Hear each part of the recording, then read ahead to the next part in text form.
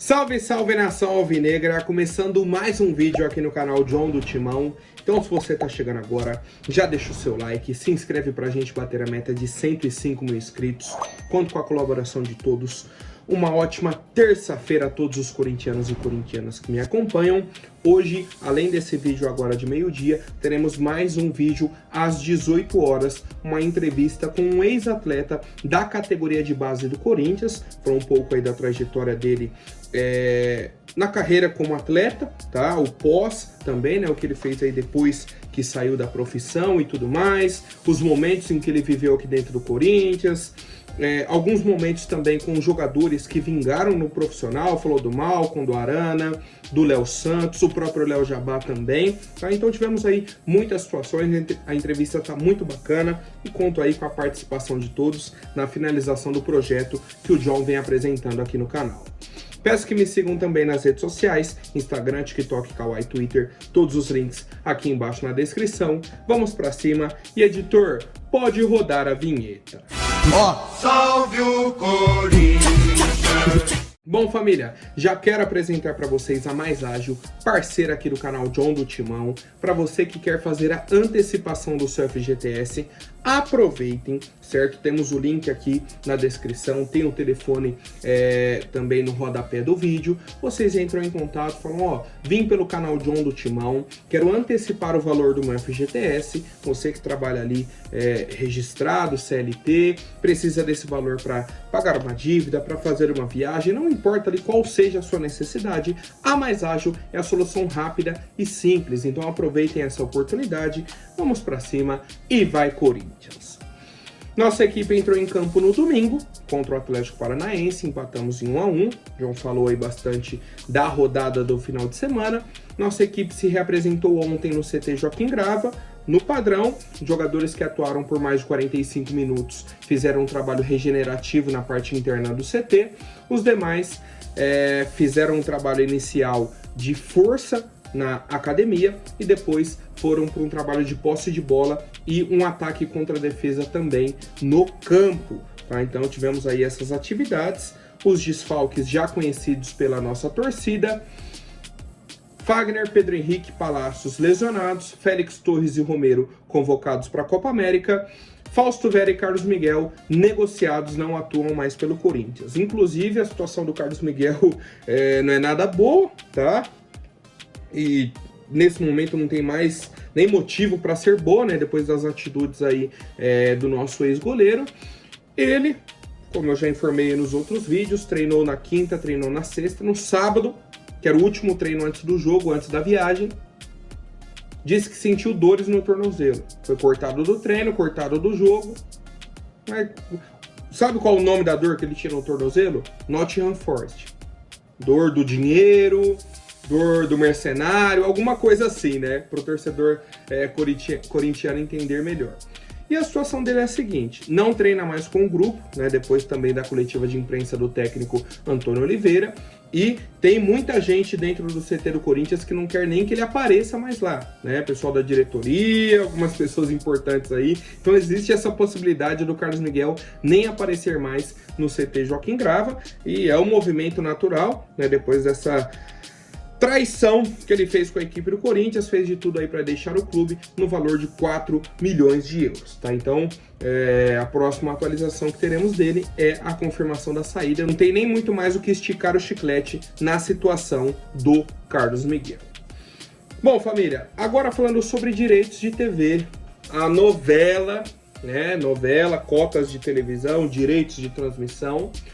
O Corinthians deixou de negociar com a Libra, foi negociar com a Liga Forte e voltou, negociou com a Brax e voltou a negociar com a Libra. Não, vou fechar agora direto, vou fazer isso, vou fazer aquilo. Nesse momento atual, hoje, terça-feira, o Corinthians está negociando com a Brax os direitos de transmissão de 2025 a 2029.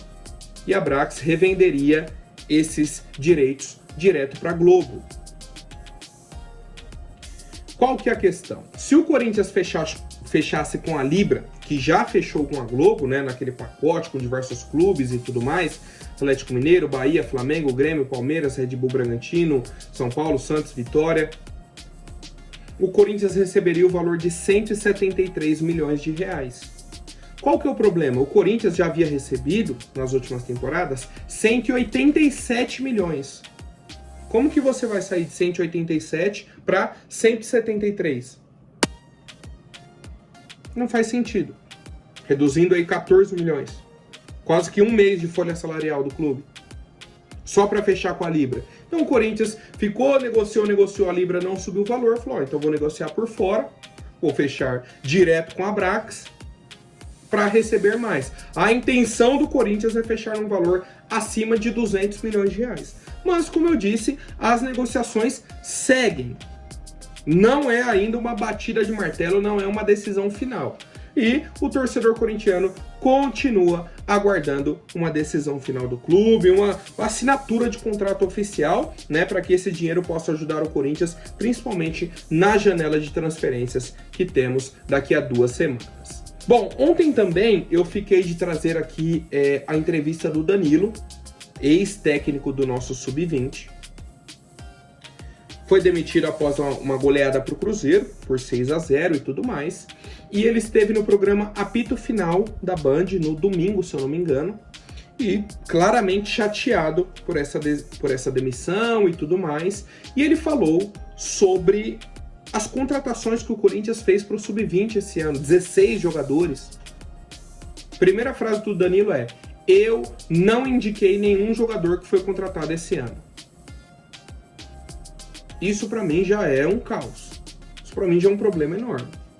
Depois ele falou, não existe trazer jogador sem a gente saber. Não pode. Ou seja, tivemos 16 contratações para uma categoria que a comissão técnica não fazia ideia que essas contratações chegariam. E aí o Danilo explicou.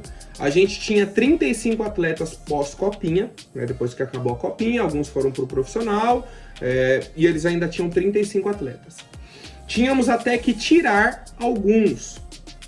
Aí começaram a chegar mais atletas, fazer testes. Quando percebi, já tínhamos 40.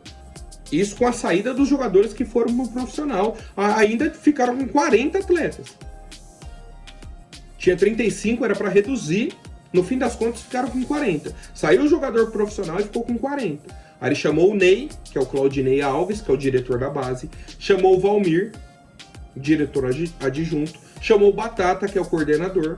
Falou, ó, não dá para trabalhar 2 competições, que era o estadual e o Brasileirão, Sub-20, e ainda avaliar esses atletas.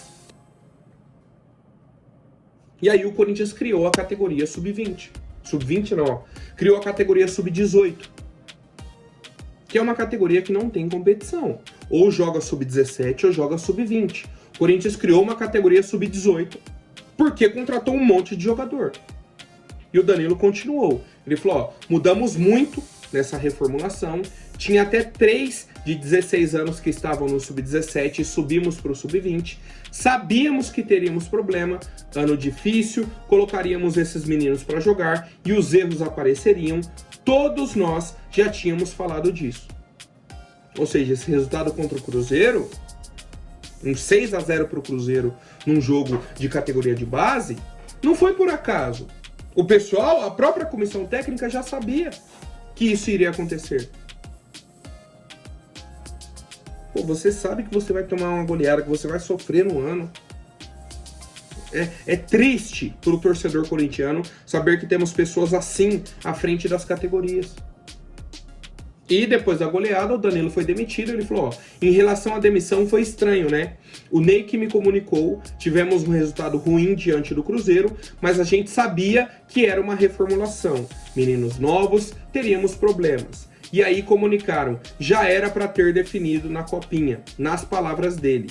Como ganhamos a copinha, eles tiveram que nos aguentar mais um pouco lá. E eu vou puxar lá em dezembro, quando Augusto Melo foi eleito. Ele falava em reformulação, a cada 3 palavras dele, uma era reformulação. Teremos uma reformulação. Só que a copinha começa no dia 2 de janeiro. O Augusto assumiria no dia 1º, né? Mais precisamente ali no dia 2 também, o primeiro dia útil, que já era o dia que começava a copinha. E aí o Augusto falou, ó, a única situação que vai continuar é a da copinha. Não vamos mexer no planejamento porque não dá tempo. A gente chegou, o planejamento já estava montado, vai seguir o planejamento para a Copinha. Competição do dia 2 de janeiro ao dia 25, beleza, a partir daí a gente toca o barco. E com essa entrevista do Danilo, o que parece para o torcedor? Que eles estavam esperando o Corinthians ser eliminado da Copinha. Pô, foi eliminado, ai que triste, Danilo. Tchau, obrigado. Agora vamos seguir com o nosso planejamento. Qual foi o erro disso tudo? O erro, olha a situação do Corinthians. O erro é um time campeão da Copinha. O erro foi que o Danilo ganhou a Copinha com o time sub-20 do Corinthians. E aí tiveram que manter o Danilo. Não tiveram coragem de demitir o Danilo após um título. Mantiveram o Danilo. E eu já falei aqui outras vezes, o trabalho do Danilo não era bom. Na gestão do Ilho, não estou falando só desse ano, estou falando na gestão do Ilho. Aí ele ganha a Copinha, inicia esse ano e as situações não acontecem. Por quê? Por conta dessas outras contratações, que ele mesmo disse que não indicou nenhuma. E aí o Corinthians faz um movimento, puxa o técnico do Sub-17 para o Sub-20, o Rafael Larutia, que inclusive foi o treinador do Acácio Santos, que o John entrevistou, vai publicar hoje aí às 18 horas para vocês no canal. Eu estava conversando com ele, ele falou, ó, meu técnico na época do Sub-15 era o Rafael, isso lá em 2014, 2015 mais ou menos, tá? E depois ele saiu do Corinthians, retornou e tudo mais, e agora é o nosso técnico do Sub-20. E o Corinthians já fez um novo movimento, né, nessa contratação, dessa mudança aí. Tinha o técnico do Sub-17 e o do Sub-20. O Danilo foi demitido do Sub-20, puxou do Sub-17 para o Sub-20. E para o Sub-17 teremos agora o Ricardo Severo. Né? Tem passagens aí pelo próprio Corinthians, pelo Sport também, o Oeste, o RT de Minas Gerais, certo? Tem uma carreira bacana aí, principalmente em categorias de base. E agora vai ser o treinador do Sub-17 do Corinthians. Tá? Então todo esse movimento acontecendo dentro do nosso clube e eu quero saber a opinião de vocês. Mais uma vez, né, o amadorismo na gestão do Corinthians sendo escancarado para tudo, para todo mundo ver, né? Para todo mundo ver. Essas contratações, essa reformulação, é para demitir o técnico e não demite porque ganhou a Copinha, é uma bagunça completa. Né? Espero que com a chegada do CEO dê uma melhorada aí nessa parte administrativa. Bom, família, agora falando de mercado da bola, situações aí de movimentação e tudo mais. Corinthians estava interessado no meio-campista Lucas Evangelista, da equipe do Red Bull Bragantino, e agora não tem mais nenhuma chance porque ele fez o 7º jogo pelo Campeonato Brasileiro, então não poderia mais atuar com a camisa do Corinthians no Brasileirão. Então, acaba perdendo sentido aí a contratação. Então, Lucas Evangelista pode tirar da lista. O goleiro Walter, né, que a gente conversou há uma semana e meia, 2 semanas atrás, pode tirar da lista, né? Esses jogadores aí com 7 jogos, esquece, o Corinthians não vai negociar. Negócios agora de jogadores que podem deixar o nosso clube. O Benfica está de olho no nosso atleta Breno Bidon, né, uma das grandes promessas aí da nossa equipe. O cara fez um jogaço contra o Atlético Paranaense no domingo. O que falta para ele, que a gente já comentou aqui em diversas vezes, é massa muscular. Ter mais força física, porque qualidade técnica ele é absurdo. Muito técnico. Um jogador muito técnico. O Benfica tem o João Neves, meio-campista e tudo mais. Tem interesse de muitos clubes da Europa, inclusive o PSG está de olho, está negociando. Com a saída do João Neves, o Benfica viria para contratar o Breno Bidon. E aí já vi até alguns comentários aí de torcedores corintianos, que é o seguinte: ou paga um valor absurdo, ou então manda o Rollezer, né, que era o meio atacante aí do Estudiantes, que o Corinthians quis contratar para esse início de ano. O Botafogo negociou também, o Benfica trouxe, não utiliza muito o jogador, pô, manda o Rollezer, paga a diferença também para o Corinthians, ou só empresta o Rollezer também, né, ajuda o Corinthians aí, paga o valor do Breno Bidon, e aí dá para negociar, mas a preferência, obviamente, seria só para o fim do ano também, né? Que esses jogadores terminem pelo menos a temporada com a camisa do Corinthians. Bom, agora para a reta final do vídeo, situações aí da tarde de ontem. Tivemos algumas demissões de treinadores do Campeonato Brasileiro. O Cuca pediu para deixar o Atlético Paranaense, foi desligado do clube. E o Fernando Diniz foi demitido da equipe do Fluminense. recebemos a informação de que o Corinthians já fez contatos com o staff do Fernando Diniz. Foi demitido ontem, o Corinthians já teve algumas conversas e tudo mais. Primeiro ponto para o torcedor corintiano entender. O Antônio Oliveira segue no cargo, vai comandar o clube amanhã contra o Cuiabá. Isso é um fato. A questão é, que eu já havia falado para vocês, o Antônio Oliveira está balançando no cargo. Só que a diretoria não vai demitir o Antônio Oliveira se não tiver uma carta na manga. E o Fernando Diniz pode ser uma carta na manga. Pode ser. Qual que é a questão? Como o Cuca também saiu do Atlético Paranaense, o Atlético já entrou em contato com o Diniz. Já é um nome que está ali no radar do Atlético. Então, ele está livre no mercado, o Corinthians tem treinador. É uma situação bem complexa. Bem complexa mesmo. O Corinthians está montando um planejamento de janela e tudo mais. São muitos critérios ali que precisam ser avaliados para uma demissão de Antônio Oliveira e chegada do Fernando Diniz, tá?